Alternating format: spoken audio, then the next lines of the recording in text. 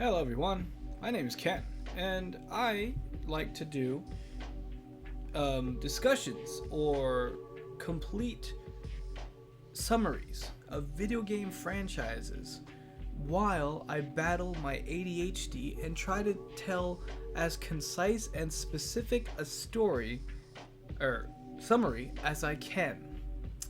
Today, my brain is fucked and I'm tired as shit, so I thought this would be the great time to do the Silent Hill franchise. Let's get into this. Okay, in Silent Hill 1, you are Mr. Harry Mason, taking your daughter Cheryl Mason to the resort town of Silent Hill because it's a resort town and y'all want a vacation. On your way there, you almost run into a ghost bitch who may or may not be important later, and this was right after you passed a crashed motorcycle from a sexy bike officer that you saw a few minutes ago. So Harry crashes the car, wakes up, and then realizes that Cheryl is missing. Her bitch body must have flown through the windshield at 40 miles an hour, but you don't know. So Harry gets out of the car, yelling, "Cheryl! Cheryl!" and he chases her down because he sees this little girl in the distance, but it's all snowy and foggy, and yes, it is snow because fucking Harry says it's snowing.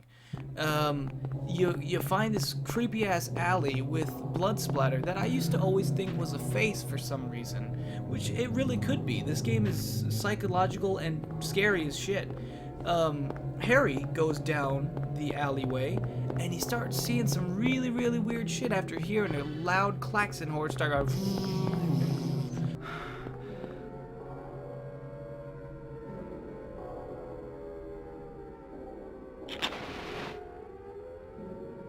across the town.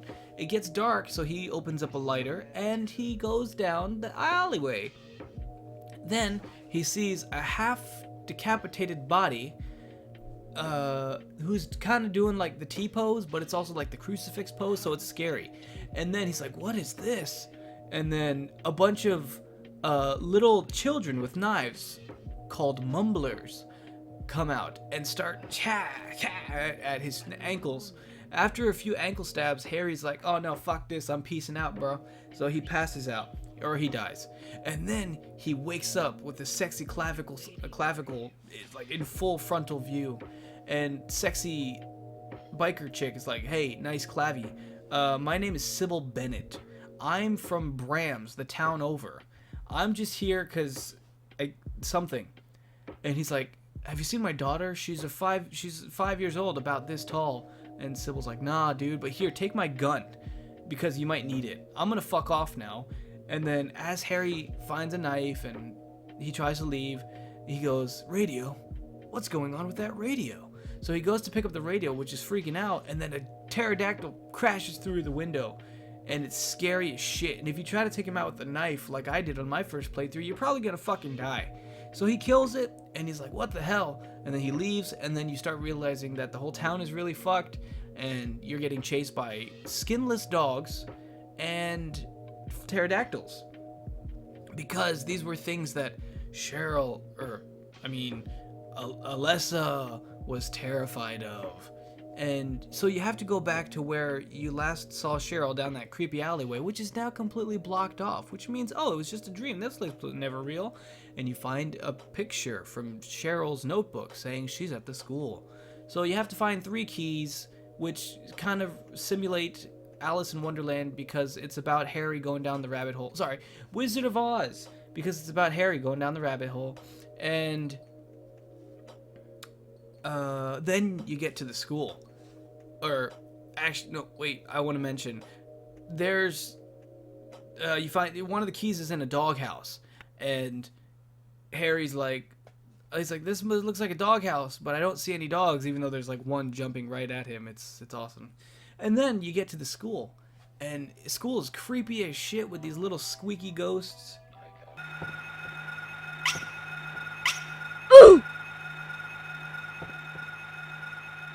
And then you go through the tower in the school only to come out into the same courtyard. And Harry's like, "Yo, what the hell? I'm in the same courtyard. Did I get turned upside down?" And then Harry is like, "I gotta check out the hospital." So he goes to the hospital, and it's spooky there too. And then he has to go to the amusement park after the hospital, where he meets Dr. Kaufmann, first name Andy, I think. And doctor's like, hey, don't touch my shit. And then you meet this nurse in red named Lisa. Not Trevor, that's something different. Lisa. And she was the nurse taking care of a burned child named Alessa. And then you leave the hospital because you're like, oh, there's some shit at the amusement park. And all the while, you've been kind of being given breadcrumbs by this crazy bitch named Dahlia. And she knows more than she lets on. But finally, Harry gets to the amusement park, where he has to, oh no, fight Sybil because now she's possessed. And technically, she dies. But really, if you knew to soak up the liquid goo in Kaufmann's office, then you can splash it on her and save her. And there was a side quest earlier where you have to save Dr. Kaufmann from getting anal fucked by a gorilla monster, and if you do, that also affects the ending. Oh my God! Oh! What's he doing? What is he doing? Stopping you! What's he doing? Stopping you! What's he doing? Establish dominance! Establish dominance! And then at the Ferris wheel, some shit goes down, and Harry gets teleported to nowhere, where he sees flashbacks of this little girl named Alessa. And Alessa looks just like Cheryl, and her mom is Dahlia, and she's a real cunt. And she tried to use her daughter's body to put a demon into it named Baphomet, I think? But something happened with the ritual, and she almost died, and she got burned. And then, not to be misconstruing it with the movie, which is a decent film, but fuck off, this is the games we're talking about. And it didn't work, and then so Kaufmann was in on it, and he's a dick. And Lisa tried to help Alessa, but Alessa was so pissed off at the shit, and she accidentally cursed Lisa, and now she's crying from her eyes. And finally, you make it to the pinnacle of the hospital nowhere, where you have to face Baphomet. I think it was Baphomet. Was it Baphomet? Azazel? Ezekiel? Ezra? Miller? And if you saved Sybil and Dr. Kaufmann, then Kaufmann comes out and he's like, yo, Pepto-Bismol on your face, bitch. And then the demon comes out of Alessa, and you have to fight him. But if you don't have any bullets or ammo, he just dies, because the game's not unfair like that. It's really cool. And then, because this was the good ending, Alessa comes out of nowhere, and she's like, thank you all, you have freed my soul. I'll never have to kill again. And then they're like, really? She's like, nah, I'm just screwing with you. Thank you all. Your love has broken the curse and freed my soul. I'll never have to kill again. Really? Nah, I'm just screwing with you. No, that was actually the ending in Scary Movie 3. But it's relatively similar. She's like, thank you, here's the baby back. Ribs. And it was Cheryl, because Cheryl was actually a part of Alessa's soul, and she got reabsorbed like a fusion. And then Alessa's like, here, take the baby back, because you guys are nice people. And then they run away as the place explodes, and as Dr. John Andy Kaufmann tries to leave, Lisa grabs him and pulls him back, and it's just, all kinds of bad. And then they escape. The bad ending is, it was all just a death dream, as Harry was dying after the car accident, and his daughter really did probably fly through that windshield. Tragic stuff. And now, Silent Hill 2. Even though it's a direct sequel to Silent Hill, it has absolutely nothing to do with the first game. Now you play as James Sunderland, who is investigating the strange letter that he received from his dead wife who died of that damn virus 3 years ago, Mary Sunderland. But her maiden name was Mary Fishman. So Harry heads to Silent Hill, which again was a resort town, so it was very common for people to take vacations down there. On his way down there, he goes into a cemetery where he meets Laura Shinnigan. And Laura Shinnigan says, "I'm looking for my mama. It's been forever since I seen her." I'm looking for my mama. I mean my mother. It's been so long since I've seen her. And James is like, "Oh, okay. I haven't seen her. I don't know what she looks like. But okay, good luck to you, man."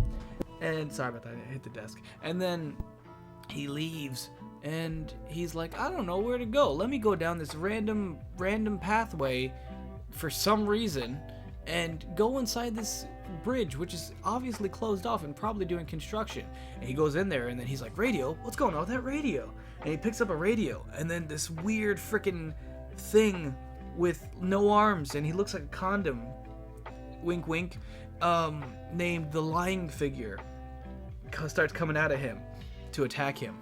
And they're supposed to be an similar something to, these are all metaphors. The Lying Figure was being sickly and sexy and trapped, and the acid that it spits is like spitting poisonous words at someone. So James grabs the 2x4 with nails in it and beats the shit out of it, and he's like, "What the fuck?" And then he leaves, and then he's like, I know, let me go to where we used to chill. And he's like, "I can't get there, maybe I can cut through this hotel." So he starts going through this creepy ass hotel, which is honestly extremely fucking terrifying, dude. Why would you fucking do this? You're crazy. And then as you go through, like, Harry starts hearing some weird sounds, and he hears a scream. So he goes in the room, and there's a dead body in front of a TV, and he's like, "What the hell?" And if you look closely, it's James's body. And when he leaves, there is a spooky red pyramid head on the other side of this fence, which the actual canonical name for Pyramid Head was Red Temple. How fucking baller is that? So Harry finds pieces to a puzzle, which is first a clock, and then it's some kind of weird like desk with like, oh, there's the lady and the old man and the coin and the snake or some shit. And you finally get through, you go through this weird fire exit, and you make it through the other side, but you meet Laura inside of this weird building, and she's like looking at a mirror, and it's like the coolest damn song in the whole movie. I forget what it's called, something Reprise, but it's so good. And then you take the knife away from her, and that's important because if you examine the knife or the picture of your dead Mary Fishman wife photo in your wallet, it changes the endings. And then I gotta stop saying "and then." Continuing on, Harry is like, "Oh, okay, go to the place where my wife was. We like to go," which was the port or the pier or something, where he bumps into Mary. "No, silly, my name's Maria. Can't you tell with my..." No, it wasn't Jennifer Lopez. My Christina Aguilera outfit. "Can't you tell? I'm Maria. You're just exactly like Mary, but much sexier, even though if you actually look closely, she looks nothing like Mary, just the face. The hair, the body, the clothes, the tattoo, everything is completely different. But she's like super horny, and she's horny the whole game. And she's like, I don't know who you are, but you want to fuck?" And he's like, "Not right now, I'm trying to find my dead wife." And she's like, "I'm cool with that, bro." So they go to a bowling alley because they need to get to the hospital. And while they're in the bowling alley, you see somebody that you ran into at the apartments who's puking his guts out. His name is Eddie Dombrowski, I think. And he's having a pizza. 2 pizzas. Man, I have a hard time finishing 3 slices. How the fuck are you gonna eat 3 pizzas? Damn, son. And Laura was the little girl. Angela was the crazy one in the cemetery. Laura, this little girl named Laura, is like, I knew Mary. You're an asshole. Stop eating, fat fuck. And she's just like a terrible person. I don't care how old you are. That's a terrible thing to say to somebody. And Eddie's like, oh, she said I would just slow her down anyways, man. And James is like, forget you. And he leaves. And when he goes out, Maria's like, oh, she ran that way. She outran me. And so you go, and then it's like, she went through this tiny vent, but we can't fit. Let's go through this strip club. And Maria's like, hey, guess what? I may or may not have a key. It may or may not be in my slot or in my cleavage. Who knows where I pulled it from? And then she unlocks the door because she was actually a stripper at a strip club called the Angels Cum Shot or something.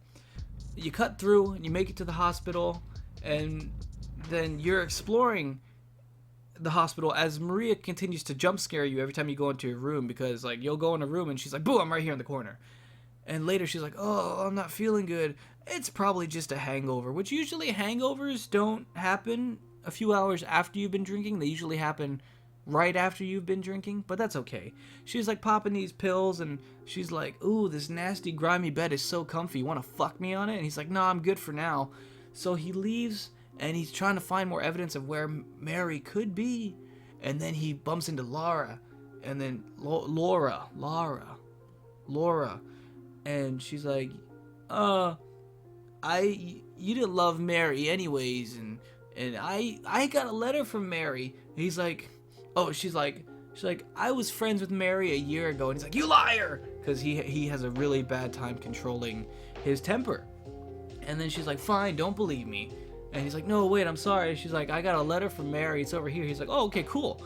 So they go into the room, and she's like, haha, tricked you, dumb bitch. And she locks him in, and he like starts cussing her out. And then he gets attacked by something called flesh lips, which is really gross if you don't know which way the head is, because it could be the top lips or the bottom lips, and I'd rather not think about that right now or later. You kill the thing and you get out, and then Pyramid Head pushes you off a roof, and it's also symbolic about how you could be crazy because you land in a padded psych room. And then you go back to where Maria is, and she's gone, but there's like a weird breathing and like coughing in the background. It's super creepy. And then finally, oh, that's right, you find her later where she's like, wait, when did she die? She died somewhere. Where was it? She's like, no, it was in, yeah, wait. Oh, no, I remember now. Okay. Like, you come back and then you find her and she's like, why did you leave me? I was so scared. I could have been killed. And you're just like, dude, what the fuck are you talking about? You were sleeping on this grimy ass bed.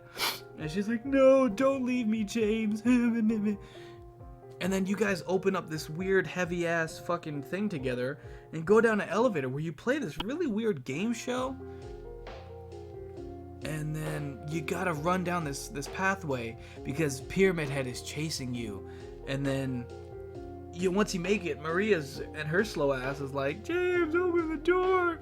And he's like, I'm trying, but this door, this fuck elevator don't stop. And she gets stabbed. And he's all sad about it. And then they get to the top, and then you just have to like somber out of the hospital. And you have to make it to the next location, which is the Silent Hill Historical Museum.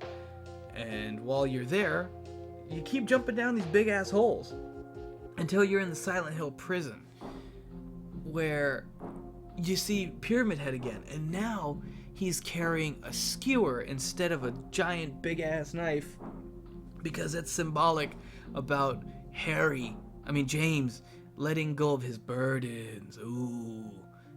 And a bunch of shit happens, and you kill this one weird random enemy that sounds like a dude, and you don't even see them because they're invisible, and you don't have to actually kill them. It's just weird that you can. which is probably symbolic in itself as well.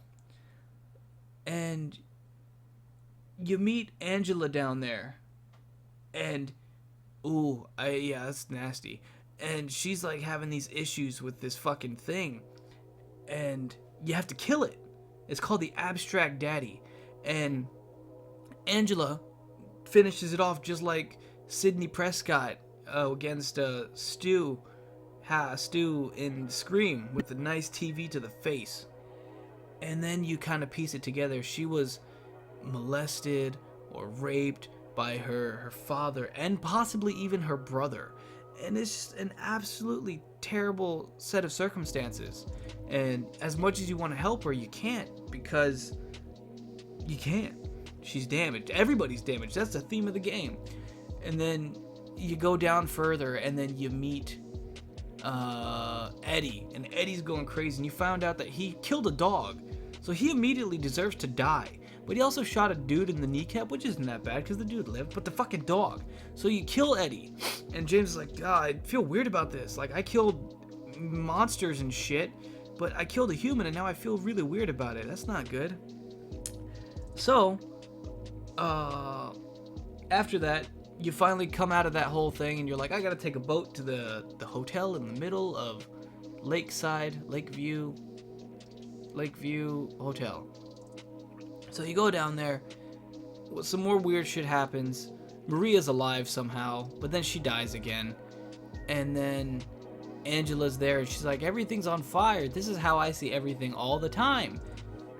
And it really fucking sucks. And then finally, you confront Pyramid Head, and there's not one of them, there was two the whole time. And you gotta fight them. And then when you put up a fight, they're like, yeah, okay, bro, you proved your point, and then they stab themselves. And then you follow this long hallway where you hear a flashback of Mary talking shit about James. And then you open the door and you climb up these weird fence steps. And there she is. Mary's well alive and good. But really, it could have been Maria, or it is Mary, depending on what ending you got. And you gotta kill her. And then you see James talk about the whole situation. He finally has his moment to come to terms with what happened. He had actually killed her. It was a mercy killing because he didn't want her to suffer anymore. But depending on your actions through the game will depend on how justified that really was. What did he actually murder her because he's a sick fuck, or did he murder her because he really loved her and he didn't want her to suffer? I actually have a video of this called The 5 Stages of Grief in Silent Hill 2. Go check that out, where I really get into explanation of the true Silent Hill ending, the best Silent Hill ending. Ooh. And the end. Next up is Silent Hill 3. You play Cheryl Mason, all grown up, now known as Heather Mason. She is a something-year-old, 16, 17, 18-year-old girl at the shopping mall. And some weird old dude is like, hey, I need to talk to you. His name is Douglas McFlowerpot. And McFlowerpot is like, I need to talk to you. She's like, I don't want to talk to you, bro. He's like, it's about your 18th birthday. And she's like, fuck off, weirdo. And she goes into the ladies' bathroom. She's like, I will fucking scream, dude. He's like, oh. So she's like, I can't go out the front door because he's there, or the front bathroom door because he's still there. I gotta go out the back door, or the window. So she climbs out the window, and when she comes back in, the mall's like, sorry, but we're closing. Please take all your final purchases to the nearest register at this time. And she goes out, and everything's all closed, and she's like, fuck, I gotta find my way out of here now. So she goes into this, like, boutique, and there's face sucker, and he's like sucking some face, but not in the traditional way, but with his hands. It's weird. And he's eating them all. And I got a burp. Oh no. Indigestion. And then Heather's like, no, stay back. And she picks up a gun and just fucking pa. And it just kills that dude. And then she's like, I gotta get out of the fucking mall. And that's literally the beginning of the game. It's just her getting out of the mall. So finally, she gets out of the mall after killing a giant weird worm thing, which is supposed to be symbolic of penis. All the enemies in this game are symbolic of penis. And there's a reason for that. And it's not just being gross. I mean, it is kind of gross, but it's penis. And she kills the penis worm and goes home, and something is there, and it killed her father. And if you remember, her father was Harry Mason, the main character of the first game. And the thing that killed her was called the missionary, because that's the only position he likes it in, because he's a boring fuck. So Heather goes up to the roof and confronts this bitch. And she's like, step away, get away from her, you bitch. And she kills the missionary, and she has this really sad moment. It is really sad seeing that Harry is now dead, and it's sad. And then,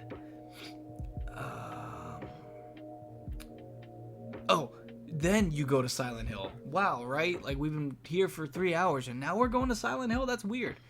And you've basically retraced your father's steps. You gotta go to the... You start out at this motel, and then you gotta go to the hospital, I think. And then... Yeah, the hospital. Because you're trying to figure out, like, who am I? What the fuck is going on? And then you find out that Heather is actually Cheryl. And if you played the first game, you know that Cheryl was a part of Alessa. So this weird, creepy cult is trying to use Heather's grown-up body to give birth again to Baphomet or Abraham, whatever the thing's name was. And she's like, nah, fuck this, dude. So she needs to go talk to this dude, something Wolf, Jackson Wolf, his daughter, Stephanie Wolf, is the head of the cult, and she like fucking imprisoned him, and she made him blind because Heather needs to get the Mark of Amemnon or Sigil of Stigmanen to defeat them. And then you actually find out he's a monster and you gotta kill him. So she now takes this Mark of Methuselah and she goes to the amusement park where the end of the first game actually took place. And she confronts herself and fights herself on the same merry-go-round that Harry faced Sybil on. But you don't have any Pepto to get evil Heather out. You just gotta fight her. You confront yourself. And then you go and you find a weird church building, I think. And you gotta kill what's-her-bitch, Stephanie Wolf. And if you kill her, that's kind of the bad ending because you just killed her and not actually the god. But if you look inside your pendant, there's a weird red ball inside, which is actually, dun dun dun, a capsulized version of Pepto. So you eat it, and then Heather pukes out the fetus of Babylon. And then Stephanie's like, what the fuck you doing? That's our god, bro. So she eats the fetus so she can give birth to it. I'm not kidding. This is legit what the fuck happens. And then you fight this weird big ass bitch. But Heather's a badass where she's got a fucking katana and a submachine gun. What's up? Step up, bro. And she kills it. And then at the end she meets with Douglas, who was injured and he thought he was gonna die. And then she walks up to him and she puts a gun to his head. And he's like, what the fuck? What the fuck's going on? She's like, I'm sorry, Douglas, I gotta do this. And he's like, what the hell? And because he'd been helping her out through the game when she realized he wasn't crazy. And she's like, I'm just kidding. Hey, you fell for it. He's like, that's not cool, man. No, that is not funny. And that's how the story of Heather Mason ends. Next up, we have Silent Hill 4: The Room, which I've never played yet, but I own it and I would love to play it. But here's what I know so far. You are a guy named Harry Townshend. You live in an apartment, which is really creepy because it looks a lot like my apartment, actually. And weird shit happens in nowhere. He goes to sleep. Or no, he finds a hole in his bathroom. There was a hole here. It's gone now. That was actually a line in Silent Hill 2, but I forgot to mention it. And you climb through the hole, and now you're in the subway. And you meet other people down there. And there's a dude named, not Neil Blomkamp. Why is his name? That's the guy who did District 9. Not Patrick Swayze. Don't do this, brain. His name is, he doesn't look like the type of dude to kill children. He needs a certain number of souls to kill so he can become like immortal or a god. and then he has to kill himself but also have a doppelganger at the same time. And that's the premise. You gotta stop him from killing everybody, and then you kill him. In the end. Next up is Silent Hill Homecoming. Now you play as ex-soldier Alex Shepard, returning to his hometown of Shepherd's Glen. I think that's actually right. I was making that as a joke. I think that's right. And weird shit happens in nowhere where he's like, "Where's my brother?" And Mom's like, "Oh, your brother? You never had a brother." Ooh. He's like, "Yeah, I did. What the hell?" So he's trying to look for his lost brother, Josh. And then he starts realizing that a bunch of people lost their children in Silent Hill. But all the town's advisors and shit. And you're looking for him. And I've never played this one either. I remember you go through a cemetery and like a police station and a bunch of shit. And some of the enemies are kind of cool, like the Schism. It's about duality and like it's neat. But the game sucks ass because they added this intricate combat system, which actually isn't intricate at all. It's dodge and stabby, and they added that in, and they're like, the other games you weren't a soldier, so you didn't know how to fight. Alex Shepard knows how to fight because he's an ex-soldier, but the twist of the game is that you're actually a fucking stupid psychopath, and you only imagined you were in the military. So the whole justification of him being a soldier and knowing how to fight meant absolutely fucking nothing. And also, why is Pyramid hidden in the game? Because that's a Silent Hill 2 thing. That's not... Don't take that, Alex. That's not yours. Give it back. And then, yeah, your dad is like, you actually killed your brother. You guys went fishing and he fell off the boat, and you're like, PTSD, bro. But you didn't have PTSD because you weren't a soldier, you dumb fuck.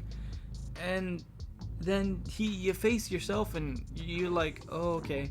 It's basically ripping off Jacob's Ladder in every way, sense, and form.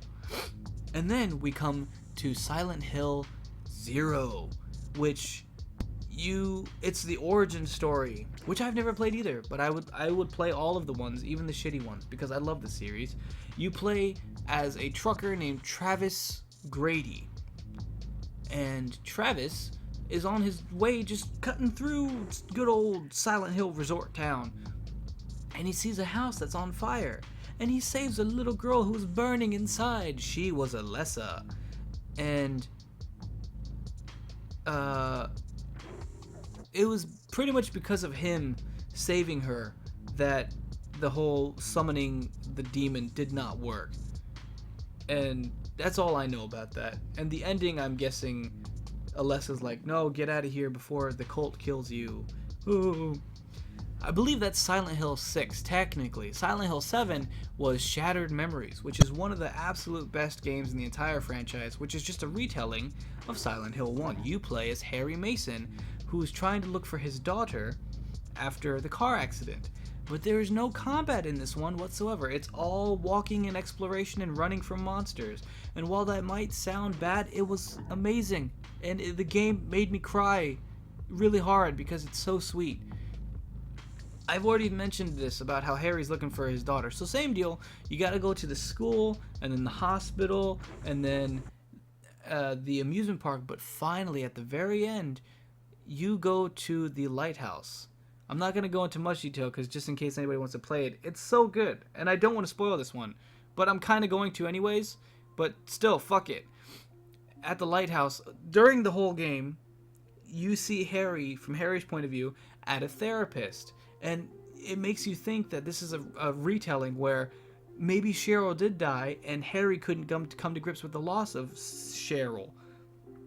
And the game changes depending on what you look at and how you play. So Sybil can be a massive bitch, or she can be super sexy. Same with Dahlia, which is now kind of weird because she's also kind of like your lover, but it doesn't really make sense in that way. But this therapist is like helping Harry come to grips with the fact that you lost Cheryl, and it actually uses real questions that you have to answer that'll change the course of the game. And then once Harry makes it to the lighthouse, which is where Cheryl is supposed to be, because these are intercut, it's supposed to be like these therapist stories are in the future and then you're kind of flashbacking. you almost fail. Harry almost drowns on his way to the lighthouse, but something happens and he's able to get through. And then, from Harry's point of view, the door to the therapist room opens, and what? There's Harry! Wait, what? Because you're actually Cheryl coming to terms with the loss of her father. And it's just so fucking heartbreaking. And just go play it, because when you play it and you shape how the game plays out, it's so fucking sweet, and I love it. And I remember the game told me I was bisexual when I was like 13, 14. I was like, that doesn't make any sense. I only like girls. And now I'm 26 and I'm like, hell yeah, I'm bi as fuck. So this game has some pretty deep shit in it, and go play it. Finally, Silent Hill 8. The last one in the series. You play as, God, what the hell was his name? It's fucking, prison guy. He's got long hair. Murphy Pendleton. Yeah. Murphy Pendleton. You're on a transfer from some weird prison to another prison, but on the way there you gotta cut through Silent Hill, which I guess is still a resort town, but now the map, because Shepherd's Glen and this side of Silent Hill and Silent Hill 2, the east side, going on up to the west side, it makes no sense. This town is fucking huge. The bus crashes, and there's this weird fucking cop who's like, hey, I hate you, Murphy. And he's like, I don't know why. I literally just went to prison because some fat fucking dude who kind of looks like this actor, what's his name? The great actor, this guy. I could see his face in my brain. I don't remember his name. Kind of like him. He doesn't act as well, though. He went to prison because this dude killed his son in a drunk driving thing, I think. So Murphy goes there just to kill him, and that's why he's getting transferred now. And after the bus crashes, and like he's just trying to get off of this weird rocky place, this crazy girl's like, hey, stop, I'll shoot you. And he's like, I'm not going anywhere, you got a gun. She's like, stop fucking moving or I'll shoot you. He's like, I promise you I'm not moving. And then she trips and falls, and then she's like, oh my god, help me. And then you can be like, I'll help you. And then as you go to help her, she's like, ah, and she falls. And then you could also say, I'm not gonna help you. And then she goes, ah, and then she falls. So your choices really fucking matter, sarcasm included. And then you make it to Silent Hill, and you change your clothes, and you ride this tram to the Devil's Canyon, and then you have this fucking weird Haunted Mansion style roller coaster ride. And now you're officially in Silent Hill. Congratulations. And there's a bunch of weird side quests that you can do, and you never really feel like you're in Silent Hill. I've beat this game once, and then I tried to replay it like 5 or 6 times, and I always shut it off, and I'm like, I'm done. It's so hard to play because everything's bad. And even the story is okay. I don't remember what the story is, but Murphy goes to the town, and I guess he's just trying to find his way out. And then finally you get a boat, and then on the boat, the crazy police bitch knocks you out, and she's like, I don't think so, motherfucker. And she takes you to the prison in this area, and you gotta escape again, because there's weird monsters everywhere, which I never took the time to learn these monsters' names, because why the fuck would I? You got a pumpkin head looking dude, you got a fucking Sadako looking bitch, and you got naked dude. And that's literally all you fight. And throughout the game, you keep seeing a dude in a wheelchair. Why? I don't fucking know. And finally, you fight this giant monster in a courtyard who, oh my god, he's in a wheelchair, and you gotta unplug his life support shit, which, to be fair, is actually a pretty cool gimmick for a boss. But once you do it, you have this weird flash, and now he's just this tiny, frail little dude in a wheelchair, and the police chick is standing next to him. She's like, why did you do this? And you're like, what are you talking about? She's like, I can't, how could you kill him? And she's like, what? And then you see from her point of view, it was her father. Somebody killed her father, and she thinks Murphy did it. But they didn't actually kill him. He was just a vegetable and on life support for years. And she wanted to fucking get the dude who did it from the beginning, and she's just like, oh my god, it's Murphy. And depending on your choices in the game, that it is or it isn't. All the while throughout the whole game, you're being chased by a fucking Pyramid Head wannabe named, I don't know, Raincoat Hammer. Can't touch this. And then you find out, oh my god, it was Murphy! Yeah, like we didn't fucking see that coming because you didn't already do that fucking twist in Silent Hill 2, goddammit. So now you play as this lumbering fuck and you gotta hit the bitch just one time, which is way easier said than done because he's slow as shit. And you can die, and that's another ending. But once you hit her, you got the choice to finish her off or to let her go. And if you do that, then she's like, oh my god, why didn't you kill me? He's like, I didn't kill your father. And she's like, what? He's like, I didn't kill your father. And she's like, oh, who was it? He's like, it was this weird douchebag named Seymour, back at the first prison, you know, Seymour Asses. And she's like, what? And so he tells her the whole thing, and you have this flashback after you killed what's his guy. Your douchebag dude comes in and he's like, Murphy, good job. Now kill the warden. And then Murphy's like, I can't do it. The warden was nice to me. He's my friend. And then he's like, fine, then I'll do it. And then he stabs him in the back, but that doesn't actually kill him. Which, I mean, wouldn't that have been good knowledge to have known from the beginning, Murph? Thanks for being stupid about it. And then she's like, I'll let you go, Murph. Thanks for telling me the truth this whole time. And then the game ends with her going back to that same prison, and then he's like, hey, what's up, sugar ass, how you doing? She's like, we need to talk about my father. And then he's like, okay. And then she closes the door, and then fade to black, and then the game's done. And listen to this epic music, now no longer composed by what